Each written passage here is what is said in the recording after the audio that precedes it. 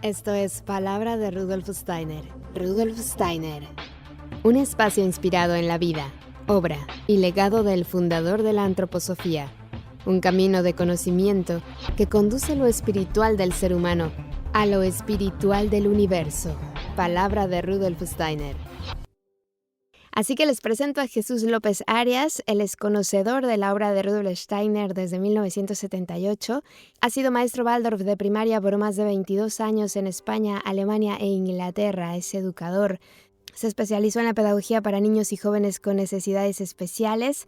Ha sido ponente en distintas formaciones españolas de pedagogía Waldorf. Ha impartido talleres de trabajo en diferentes ciudades españolas, con temas como la comprensión del misterio del Gólgota, el ser de María Sofía, la obra pictórica del Bosco, los cuentos de hadas, mitología nórdica, mitología griega, Parsifal y la comunidad del Grial, la última cena de Leonardo da Vinci, y además es traductor, ha estudiado filosofía y tiene una formación en gimnasia Bodmer, así que estamos encantados de recibirlo aquí en Palabra de Rudolf Steiner. Bienvenido, Jesús, ¿cómo estás?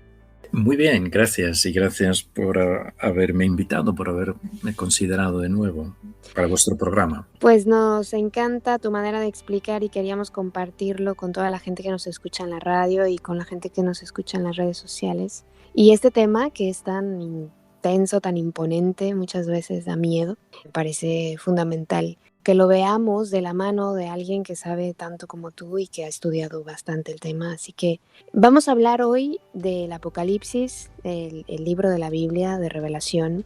Pero antes de toda la explicación que nos pueda dar Jesús, nos va a dar también una mirada, un cómo entender todo esto. Así que ahora los quiero invitar, se acerquen a la parte de YouTube, de nuestro canal en YouTube, para observar estas imágenes que ahora nos comparte Jesús y que nos va a explicar qué son, en qué consisten. Son imágenes de un cuadro del Bosco, de nuevo, que presenta a San Juan en la isla de Patmos, donde él ha sido exiliado o ha sido arrestado, ¿no? Porque dentro de la persecución de los que tiene lugar a los cristianos en su tiempo, y allí el Bosco le pinta en la isla de Patmos, y pinta ese aspecto de él escribiendo, pero él está escribiendo, al mismo tiempo está viendo, y la revelación, tal como aparece al comienzo del libro del Apocalipsis, la revelación es una revelación que tiene un carácter jerárquico, parte de Dios se da a Jesucristo, de Jesucristo él la da al ángel, y el ángel le da esta revelación a San Juan. Entonces, el Bosco pinta este momento, y hay un aspecto que era el que yo quería resaltar, y es el hecho de que en la base del cuadro pinta dos figuras, dos criaturas. Una, en la parte izquierda, es un águila, que es el animal que representa a San Juan, ¿no? Esa capacidad de elevarse y dominar en las alturas, tener esa visión amplia de conjunto desde las alturas. Y este águila está mirando a un ser que es un híbrido, como los pinta el Bosco, un híbrido entre ser humano, entre insecto, entre diferentes partes. Hay algo de escorpión que se puede ver en él también, ¿no? Y es muy interesante ver cómo este ser con la cara de hombre, con unos anteojos, que en el tiempo del Bosco eran la novedad del tiempo, unas gafas, con un aspecto muy intelectual, muy académico, está mirado, el águila le mira fijamente, ¿no? Y este ser realmente está allí con unas alas que no llegan a poder desplegarse, con un aspecto entre insecto y reptiliano, con esa cara académica, y es como una advertencia para aquel que observa el cuadro, y una advertencia que viene dada por el águila, de que acercarse a esta revelación que recibe San Juan en la isla de Patmos, uno no se puede acercar con un aspecto excesivamente terrenal, académico, abstracto, conceptual, ¿no? Ujú. Que se requiere las fuerzas del águila realmente para poder llegar a comprenderlo. Y yo quería empezar Ujú. esta conversación con esas imágenes porque son Ujú. muy, muy sugerentes respecto a cómo nos tenemos que acercar a los contenidos de un libro que está allí. Apocalipsis significa revelación, Ujú. que es el último libro de la Biblia, de esa última parte del Nuevo Testamento o más allá del Nuevo Testamento, después de las cartas de los apóstoles y las cartas de Pablo. Y este aspecto de la revelación es un libro inmensamente complejo, y tiene ese carácter de revelación que Ujú. todos los pueblos han tenido, todas las culturas han tenido, Ujú.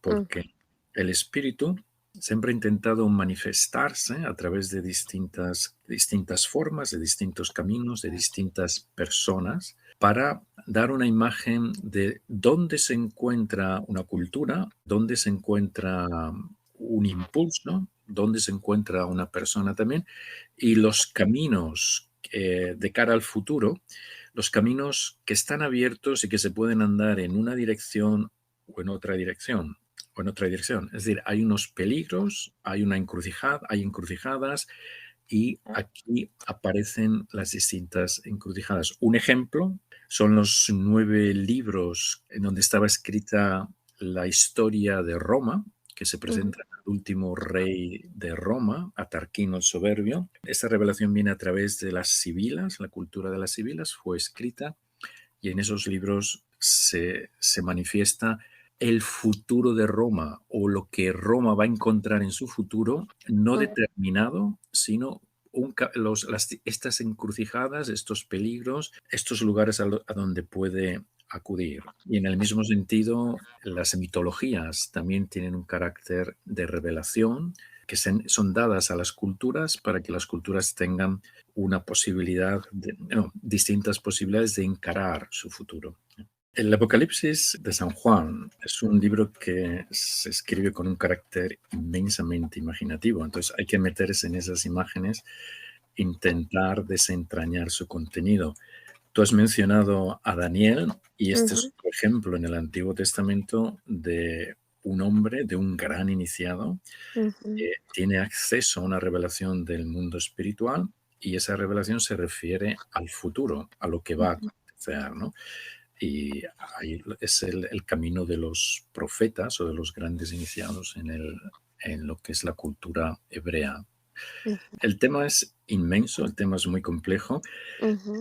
y el tema tiene en sí como los contenidos, son contenidos con los cuales tienes que convivir mucho tiempo, tiene un carácter meditativo, hablar de ciertos aspectos, de ciertas líneas que aparecen con cierta claridad a la hora de ver el conjunto, ¿ya? Porque es un libro muy estructurado, con las 7 cartas a las comunidades, los 7 sellos, las 7 trompetas, las 7 Ujú. copas de la ira, esa presentación del bien y el mal. En medio de esa lucha entre el bien y el mal está el ser humano, ¿no? Que participa en esa lucha, y gracias a la obra de Steiner, y también para mí a la obra de Valentin Tomba, un hombre que en el siglo pasado siguió a fondo la obra de Steiner Ujú. y escribió sobre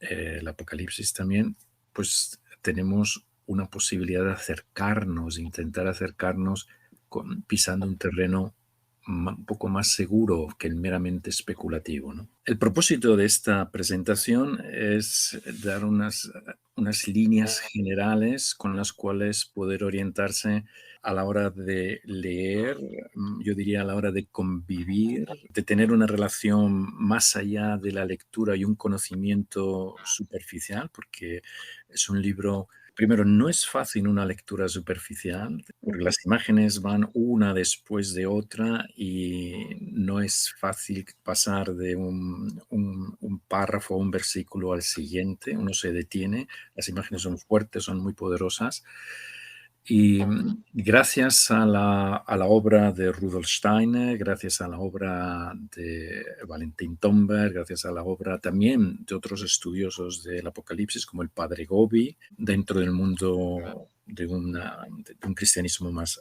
amplio, pues se pueden encontrar esta posibilidad de orientarse, estas líneas orientativas. Entonces, a la hora de relacionarnos con el libro, con el texto, el Apocalipsis significa la revelación, una revelación que se da al discípulo, a Juan, al discípulo al cual Jesús amaba. Así se presenta este discípulo en el Evangelio de Juan, el discípulo al que Jesús amaba. Esto nos da ya una referencia de que había una relación muy, muy, muy estrecha entre Jesucristo y este discípulo. Y esa era una relación de uno percibía al otro de una forma como muy, muy en la esencia, ¿no? Esa es realmente, cuando existe el vínculo del amor, es porque un ser se revela al otro ser en su esencia y el otro ser es capaz de percibirlo en su esencia. Entonces, Juan recibe esta revelación en unas condiciones muy particulares.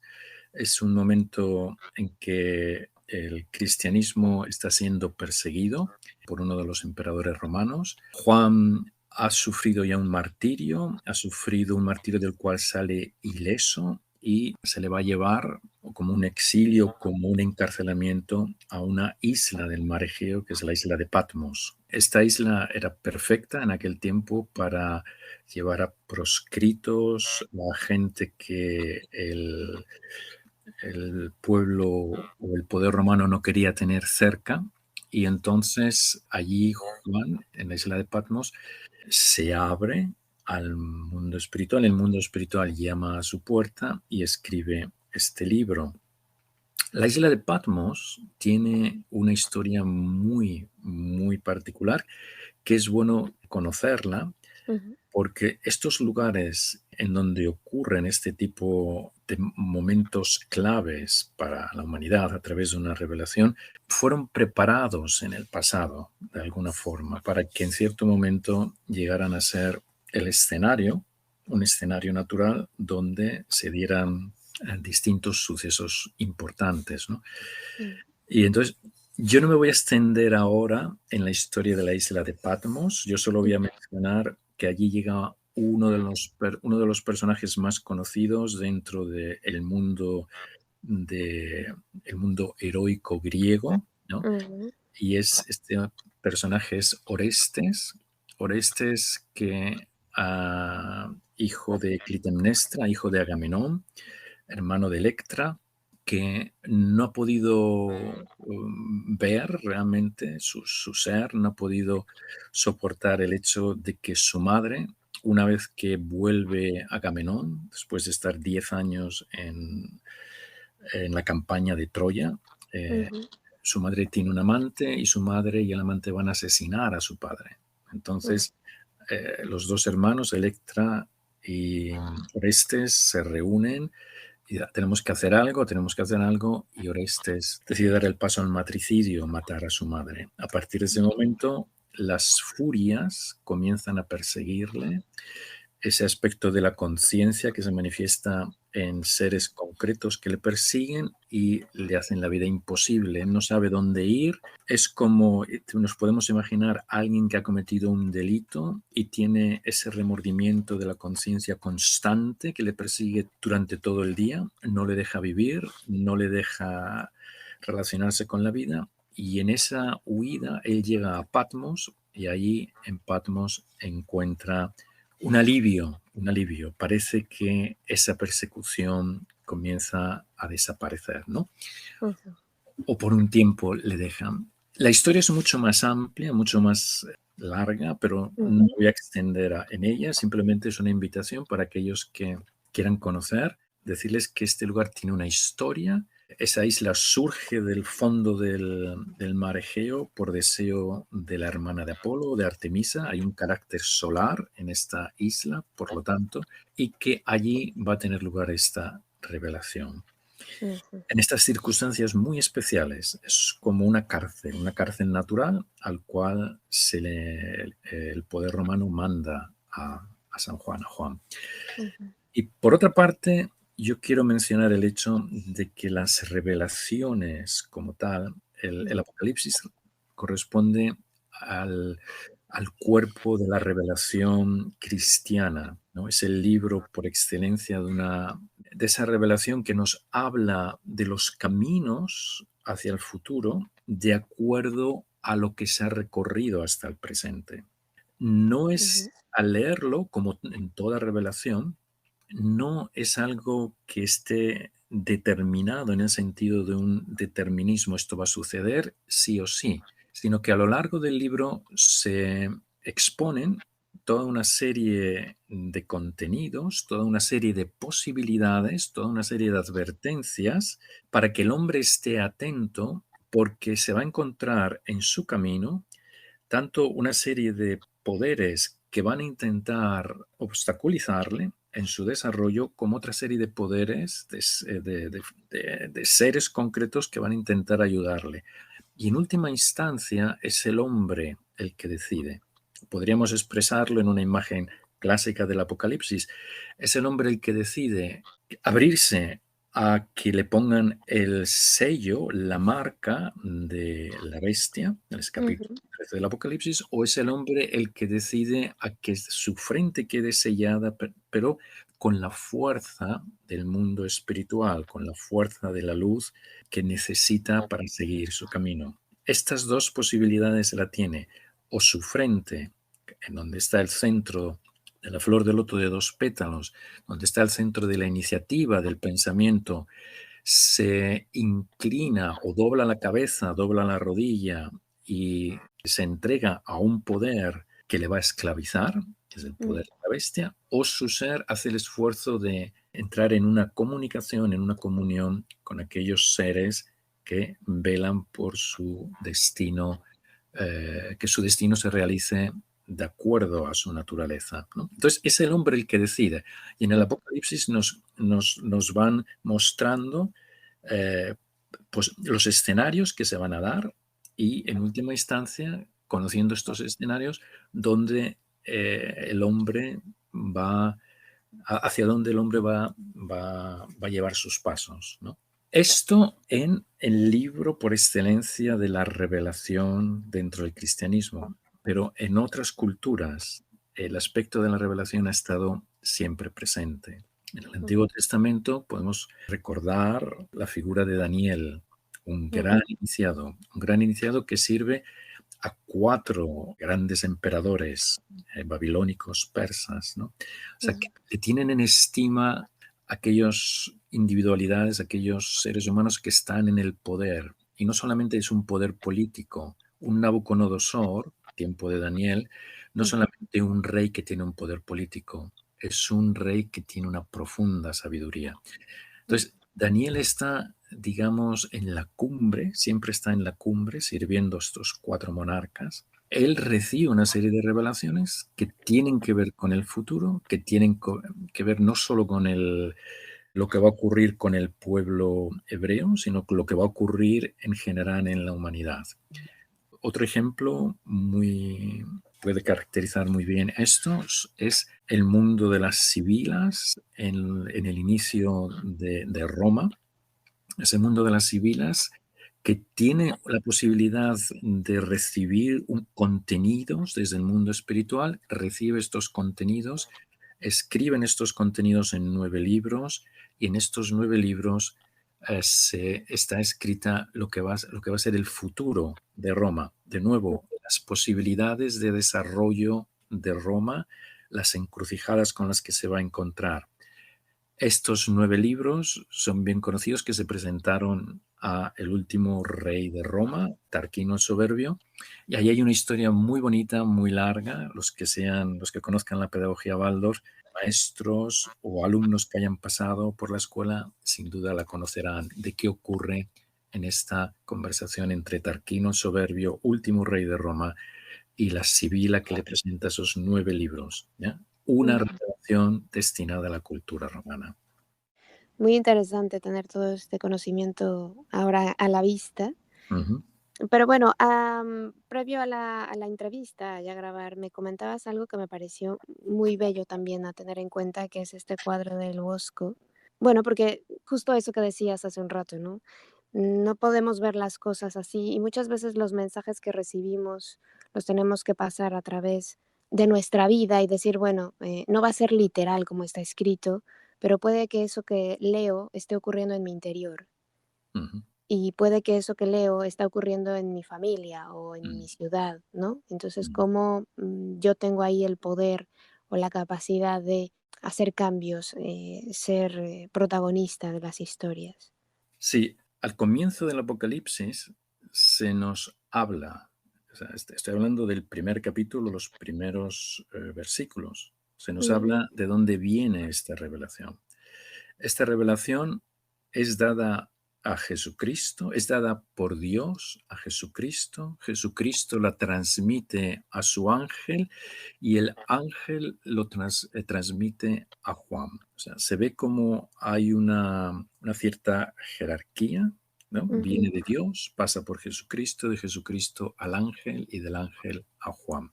Esta revelación tiene que ver porque la humanidad, ahora me centro en la revelación de Juan, la humanidad ha llegado hasta un cierto momento en todo su proceso de evolución, en el momento en que tiene lugar la revelación a Juan. Ha realizado una serie de hechos que van a tener unas consecuencias en el futuro. ujú, Y dentro, en la obra de Steiner, él menciona en distintos momentos cómo Cristo, Jesucristo, después del misterio del Gólgota, pasa a ser el juez del karma. Estamos hablando ujú, entonces de que la humanidad trae un karma, ¿no? ujú, Este karma se va a seguir desplegando porque en relación a las cosas que individualmente o como pueblo o como humanidad se han hecho en el pasado, hay una serie de consecuencias, ¿no? Entonces el Señor del karma, Jesucristo, va a mostrar estos caminos en donde se van a ver las consecuencias de algo que se ha realizado en el pasado y si al mismo tiempo se dan una serie de herramientas para que aquellas consecuencias puedan ser transformadas. Esto está muy claro en lo que es el principio, el primer séptuplo, que son las 7 cartas a las comunidades. Estas 7 cartas, sabemos por la obra de Steiner, cada una de ellas está dirigida a una comunidad. Esta comunidad es una comunidad que se desarrolló en el tiempo, entonces cada una de estas comunidades es cada una de las culturas posatlantes, es decir, ujú, después del mundo atlante aparecen las culturas posatlantes. La primera es la cultura india, la segunda es la cultura persa, la tercera es la cultura egipcio-babilónica, caldea, asiria, hebrea, la cuarta la grecorromana, la quinta es el lugar donde nos encontramos nosotros ahora, ujú, cultura en donde tanto el pueblo germano como el pueblo anglosajón tienen un papel fundamental, como en el pasado lo tuvieron Grecia y Roma. ujú, Entonces, en estas cartas a cada una de las comunidades se les advierte de los peligros, de los obstáculos, de aquello que han tenido que encarar, que han tenido que luchar, que algunos han caído, otros lo han superado, y se les da siempre contenido nuevo, un consejo nuevo de lo que tienen que hacer para seguir como transformando, mejorando, elevando el impulso que cada una de estas culturas protagonizó en determinado momento, ¿no? La cultura india fue protagonista de un impulso determinado. Eso no quiere decir que se haya acabado este impulso después de los 2000 y pico años que Steiner señala que dura más o menos el periodo de una cultura, sino que ese impulso sigue adelante. Y todos nosotros, o la mayor parte de nosotros, hemos estado muy probablemente en cada una de estas culturas en varias encarnaciones. O sea que llevamos un recuerdo profundamente subconsciente de las cosas que hicimos, bien y mal. Y este es un ejemplo, como decía antes, en las 7 cartas de las comunidades, de cómo hay una advertencia, de cómo él se presenta. Él siempre se presenta diciendo en 4 de ellas, 5 de ellas, conozco tus obras, o sea, yo te conozco, sé la esencia de lo que es tu impulso, de lo que está en el fondo de tu ser, y a partir de este conocimiento yo te estoy te estoy recordando las cosas que fueron un obstáculo, las cosas que se presentaron como una desviación, como una tentación, ten cuidado que no vuelva a suceder. Y por otra parte, estoy reconociendo el esfuerzo que has hecho y en cada uno de estos momentos culturales, ¿no? Reconozco tu esfuerzo, te advierto de los peligros y hay un nuevo consejo siempre. Y en este sentido, para centrarnos en algo concreto, si quieres podemos comentar o abrir el escenario de lo que es la carta a la comunidad de Sardes, porque es la carta que corresponde al tiempo del alma consciente. Todavía no hemos recorrido una tercera parte de este tiempo. Y ahora mismo en el siglo XXI, en este primer cuarto del siglo XXI, nos encontramos con una situación bastante delicada, diría yo, bastante delicada como humanidad, no solo como un pueblo determinado o como un grupo de personas determinadas, no, tiene un carácter global en el momento en que nos encontramos y no es un momento nada fácil, nada fácil. Claro, sobre todo porque muchos podríamos haber pensado que este tiempo, como dices tú, la palabra consciente siempre como lo que nos da esperanza, ¿no? Estamos en la época del alma consciente, entonces ya esto solo va para arriba, ¿no? Pero resulta que esa condición también implica el lado oscuro ahora sí que como siempre decimos, la buena noticia y la mala noticia son la misma. Entonces, Sí. eh, Y en este sentido, la carta a la comunidad de Sardes es muy, muy clara y no es difícil realmente desentrañar el contenido de la misma revelado hace 2000 años, ¿ya? A Juan. Y así la carta comienza, él se presenta, Jesucristo, el Hijo del Hombre, se presenta en cada una de las cartas con algún atributo, a veces es uno, a veces son dos, de la imagen que ve Juan antes de empezar a escribir las cartas. Es decir, él ve una imagen que es la de un ser espiritual, es el Hijo, un ser espiritual que se presenta ante él con los atributos, con una serie de atributos que ahora no nos podemos detener en ver en cada uno de ellos porque llevaría una hora, hora y pico. ujú, Pero uno de esos atributos es que este ser se presenta, en una mano tiene las 7 estrellas y está en medio de 7 candelabros, ¿ya? ujú, Bien, entonces, a la hora de presentarse a la comunidad de Sardes, Jesucristo se presenta como aquel que tiene los 7 espíritus de Dios y las 7 estrellas.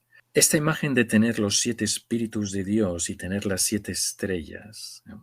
Los 7 espíritus de Dios que son los que van inspirando, los que van trabajando, los que van constantemente obrando con el hombre para que se realice el destino que pertenece al hombre.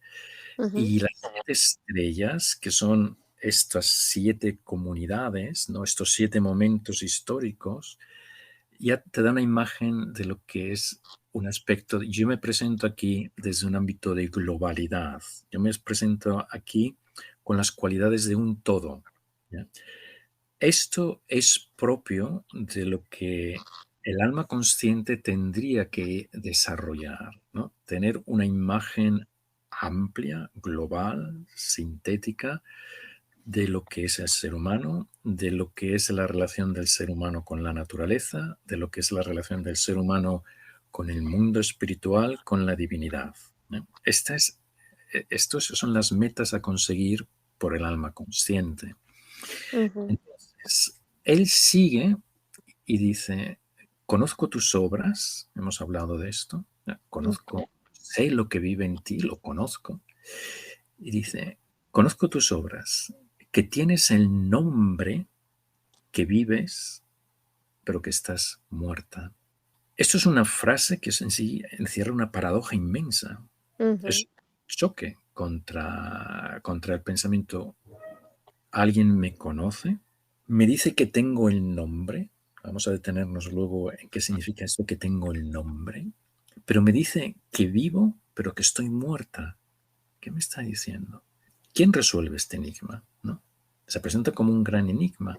Entonces, una persona que vive pero que está muerta, una cultura que vive pero que está muerta, es una cultura o un momento en donde ya no hay claridad y parece que se vive y sin embargo hay toda una serie de elementos que llevan el sello de la muerte que se aceptan en esa cultura y se pretende que que estos elementos que llevan el sello de la muerte van a hacer florecer algo, van a hacer permanecer algo, tienen un carácter que va a vivificar. Y sin embargo, no es así, no es así. Ujú. Entonces, si miramos en el tiempo, especialmente vamos atrás 200 años, pero podemos ir menos, 100 años, podemos situarnos en nuestro tiempo, el nivel profundo de abstracción que hay, Ujú. una fuerza de un pensamiento muerto, con una fuerza en donde el ámbito de intentar captar el todo, pero considerando el todo en su naturaleza. Es decir, el hombre tiene una relación con la naturaleza, el hombre tiene una relación con el mundo espiritual, la naturaleza tiene una relación con el mundo espiritual y es una relación viva. Ujú. Cómo esto se ha ido eliminando, ¿eh? Cómo ya Ujú. desde hace entre 100 200 años se ha apartado a Dios de lo que es el mundo en donde se desarrolla el escenario de la vida humana. Ujú. Digo a nivel cultural, digo a nivel general, ¿no? Un ateísmo, un agnosticismo están muy presentes. Cómo la naturaleza se la ha desvirtuado completamente, ¿no? Toda la ingeniería genética, todo el intento de transformar la naturaleza de acuerdo a la imagen y semejanza de lo que el hombre ha pensado en su mundo de académico abstracto, conceptual, donde no está presente la vida. ¿Qué es lo que entregamos a los niños a nivel de educación? ¿Les entregamos algo vital con lo cual pueden vivir o les entregamos aspectos mecanicistas, materialistas, conceptuales? Es decir, aquí retrata muy bien las características de nuestro tiempo. Hay mucho ámbito de muerte, ¿ya? Ujú. Pero seguimos vivos y bueno, Ujú. el hecho, por ejemplo, de que tantas personas a nivel de la salud corporal contraigan cáncer, ¿no? Ujú. Tantas personas estén en una situación, sigo a nivel físico nada más, de una profunda deficiencia vital, Ujú. también nos tendríamos que preguntarnos qué ocurre, qué ocurre con nuestro tiempo. Vivimos, pero parece que estamos muertos, ¿no? Ujú. Entonces, esto es una advertencia muy clara y nos dice, tenemos el nombre. ¿Qué significa que tenemos el nombre? Hay un poeta extraordinario que yo creo que todos en el mundo de la literatura española lo conocen, que es Juan Ramón Jiménez. Escribe un poema bellísimo acerca del nombre. Dice, naturaleza, dame el nombre exacto de las cosas. No petición a la naturaleza. Naturaleza, dame el nombre exacto de las cosas.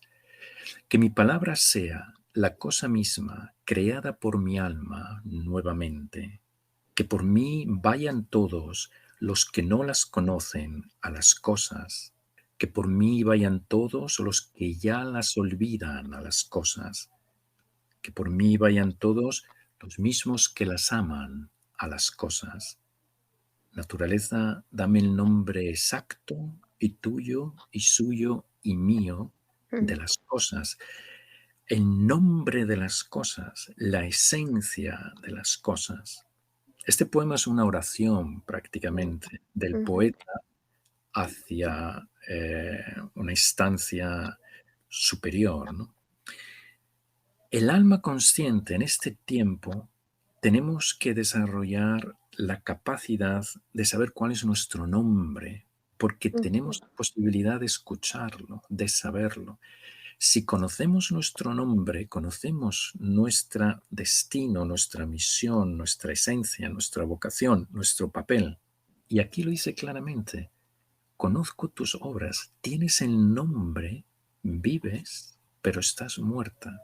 Y al comienzo, hemos leído, nada, 2 párrafos y ya ves la sustancia, ¿no?, que realmente ujú. esto lleva. Claro, bellísimas palabras que además tampoco estamos acostumbrados ya a escuchar hoy en día, Ya. hablando del lenguaje, ¿no? Lenguaje hueco, vacío, sin Ujú, sentido, ujú, que no ujú, nos alimenta en lo más absoluto. Entonces, como bien dices, esto tiene mucha sustancia.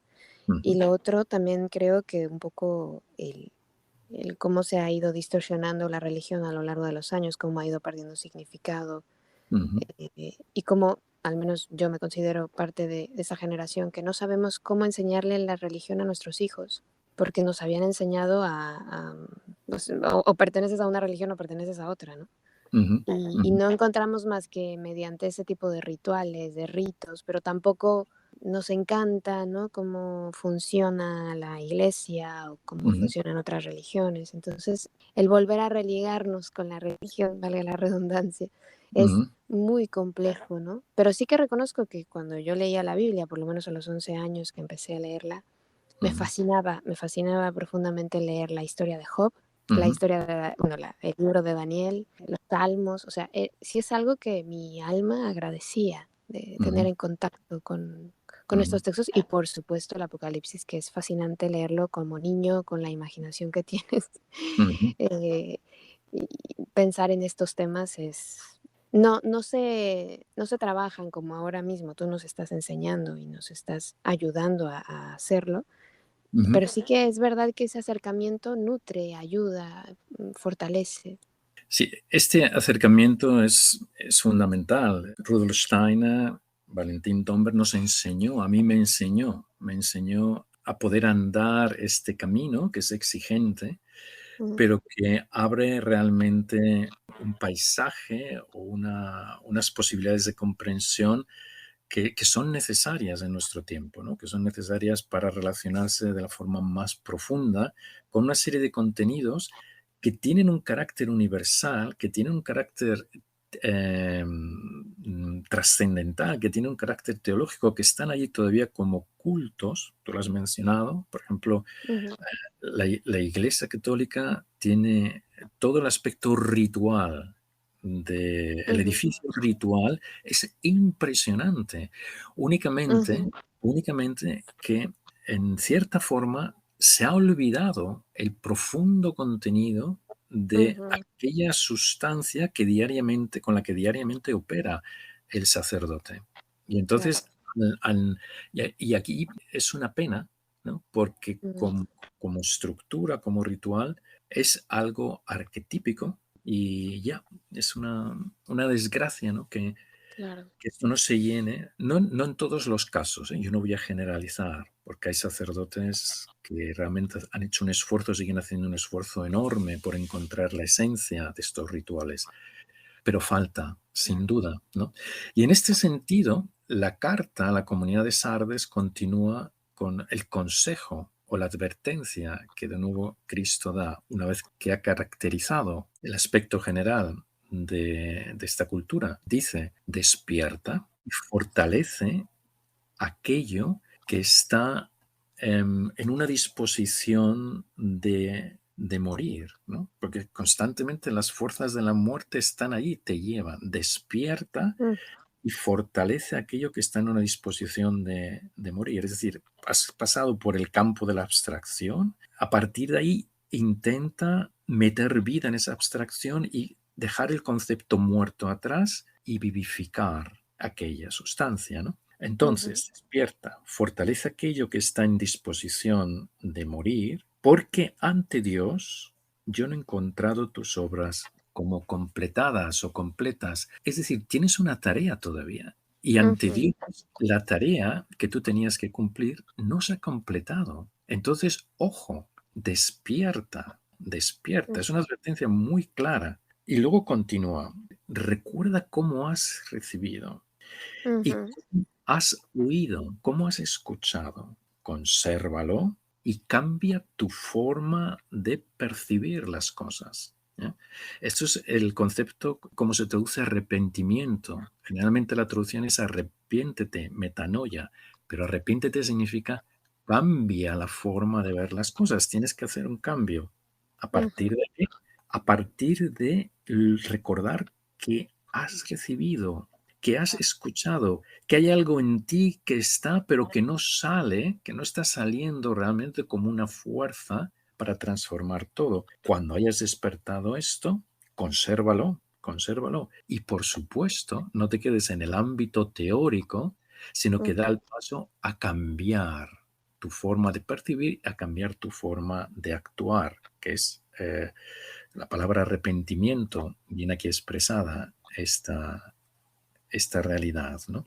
Y bueno, la humanidad ha recibido, recibimos constantemente cuando venimos del mundo del dormir, recibimos, tenemos algo que no nos suba a nuestra conciencia, ¿no? Pero de alguna forma en muchos momentos podemos sentir que, uy, hay algo que sí, que yo intuyo, que yo siento que hay que cambiar porque es más verdadero que lo que se me está presentando.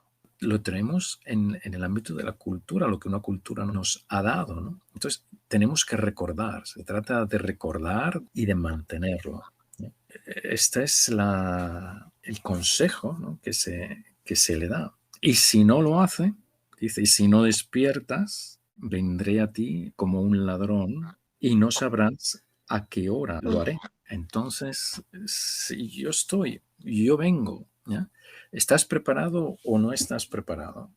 Porque en ujú, algún momento vendré. Si no estás preparado, yo vengo. Y esto inmediatamente nos lleva también al Evangelio de Mateo, Mateo 24, donde es un pequeño apocalipsis, ¿no?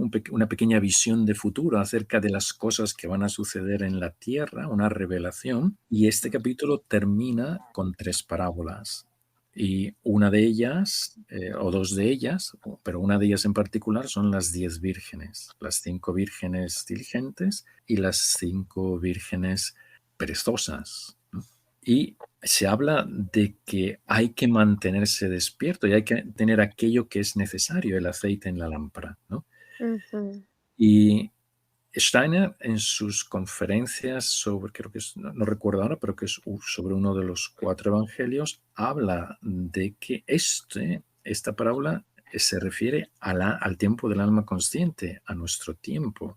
Por eso está marcado el hecho del cinco vírgenes, quinta época cultural posatlante, ujú, 5 vírgenes, las necias o perezosas y las diligentes, ¿no? Y tiene ujú, que ver con nuestro tiempo. Y también hay otra parábola que habla de aquel servidor que ve que su señor no llega y comienza a maltratar a los que su señor ha puesto bajo su responsabilidad. Es decir, se nos habla de un tiempo, tanto en la carta a la comunidad de Sardes como en el Mateo 24, de un tiempo en donde hay que estar despiertos, donde hay que estar alertas, porque van a ocurrir muchas cosas y las fuerzas de la muerte están muy presentes. Entonces, parece que estamos vivos, pero sin embargo ujú, estamos muertos como cultura, ¿ya? Por ejemplo. claro.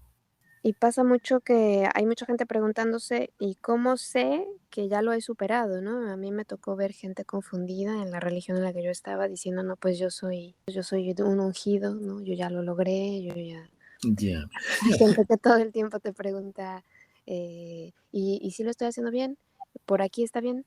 Y ya para empezar ahí ya estás mal, ¿no?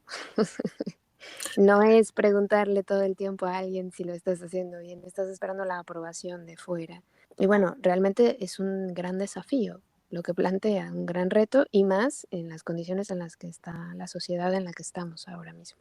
Sí, es un gran desafío, es un gran reto. Pensar que uno es un ungido nos lleva inmediatamente a la visión calvinista, determinista del mundo, con esos 144.000 que ya desde el comienzo han sido elegidos, ¿no? Terrible. Es también una profunda desviación que tiene lugar con distintas corrientes de la Reforma hace 500 años. Y los tiempos en que estamos son muy exigentes. Para mí tienen ese aspecto doble. Es decir, por una parte, las fuerzas de muerte con las que convivimos son muy grandes. O sea, por ejemplo, el modelo sanitario actual. ¿Eh? El Ujú, modelo sanitario actual está conviviendo constantemente con esas fuerzas de muerte. Y lo hemos ujú, visto estos 2 últimos años, ¿no? Esas fuerzas de muerte las acompañan generalmente las fuerzas del miedo. Tú implantas ujú, el miedo porque después del miedo está la muerte. Entonces, para evitar la muerte, yo te aconsejo una serie de cosas que te van a intimidar y al ujú, intimidar tú me vas a entregar tu libertad, pero yo voy a cuidar de tu seguridad, no te preocupes, ¿no? claro. Las personas tienen hoy el deber, porque estamos en el alma consciente, de hacerse preguntas, tantas como sean posibles, y Ujú, tienen el deber de buscar también información, porque a esas preguntas se han dado respuestas. Entonces, si no lo hacen, ni van a recordar nada, ni van a recordar lo que han escuchado, ni van a poder, y van a seguir metidos en esa corriente de fuerzas de muerte. Esto pasa yo menciono el ámbito sanitario por lo que hemos vivido estos 2 últimos años. Puedo mencionar el ámbito cultural, de lo que yo he sido. Yo he trabajado muchos años de mi vida como profesor en una escuela Waldorf y comparar una pedagogía y otra pedagogía. Las fuerzas de vida que buscas desarrollar en la pedagogía Waldorf o las fuerzas abstractas de muerte que están presentes cada vez más en una pedagogía convencional, ¿no? ujú, En la cultura nos pasa lo mismo, ¿no? ¿Dónde están las fuerzas de vida y dónde están las fuerzas de muerte? ¿No?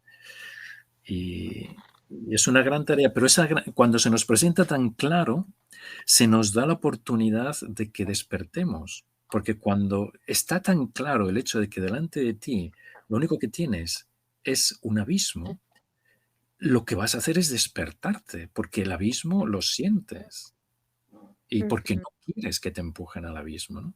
claro. Y eso es la parte positiva, la parte realmente constructiva de este tiempo.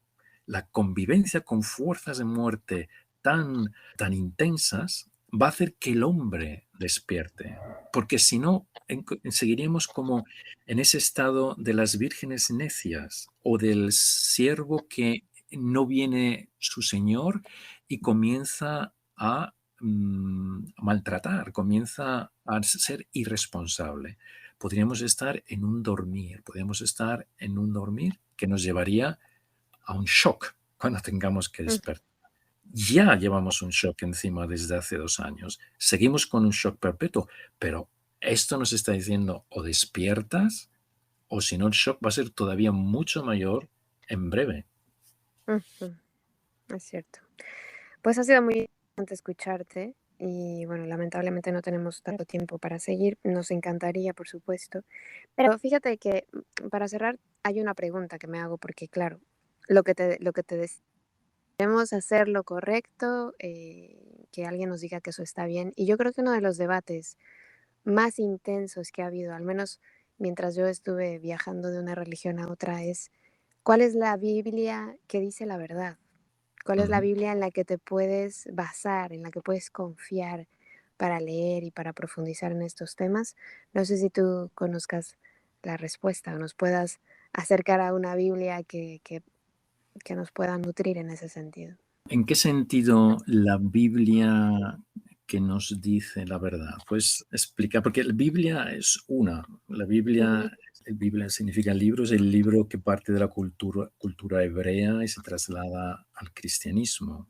Te Em, los es que a veces te dicen que son libros apócrifos, que son no bien, bien, son bien.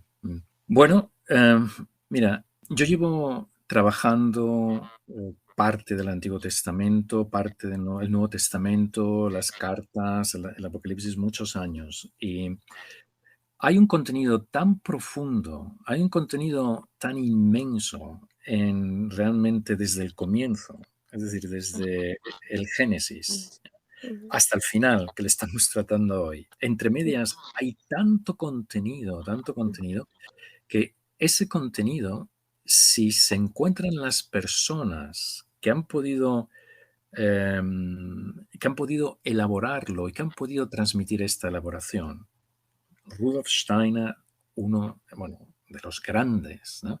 ujú, Menciona otra vez Valentín Tomba, poco conocido, pero uno de los grandes que ha dedicado parte de su obra al estudio del Antiguo Testamento, del Nuevo Testamento.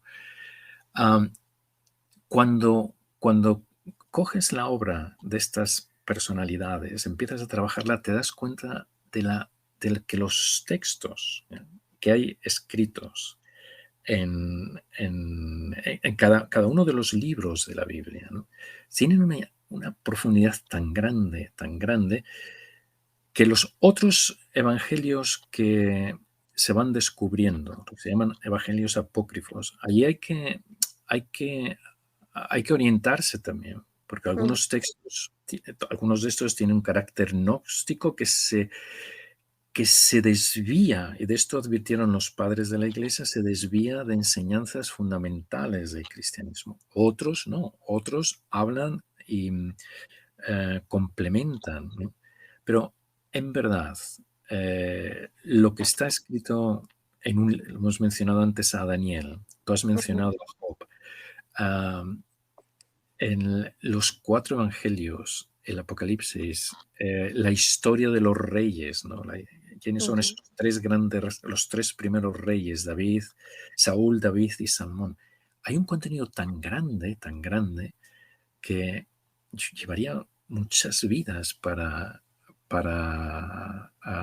desentrañarlo, ¿no? ujú, Y yo, cuando digo esto, yo siempre tengo en mente ese comentario de Steiner acerca del Padre Nuestro. Él dijo, llegará un momento en donde el hombre habrá desarrollado una conciencia tal que cuando comience a orar, rezar, decir esta oración, no podrá decirla en su totalidad, porque en cada uno de los ruegos vivenciará una, una magnitud, un contenido tan grande que se tendrá que quedar allí, no podrá decir la oración de una vez. Esto para mí siempre ha sido una guía. Tenemos unos contenidos inmensos, únicamente que tenemos que desarrollar la conciencia para llegar a ellos. Y no tenemos que ir, no debemos de saltar de aquí para allá, por decirlo así, como ujú. una imagen, buscando, no, vamos a profundizar realmente. Y ahí están las obras de los autores que he mencionado, que van a ser una guía importantísima. Mm.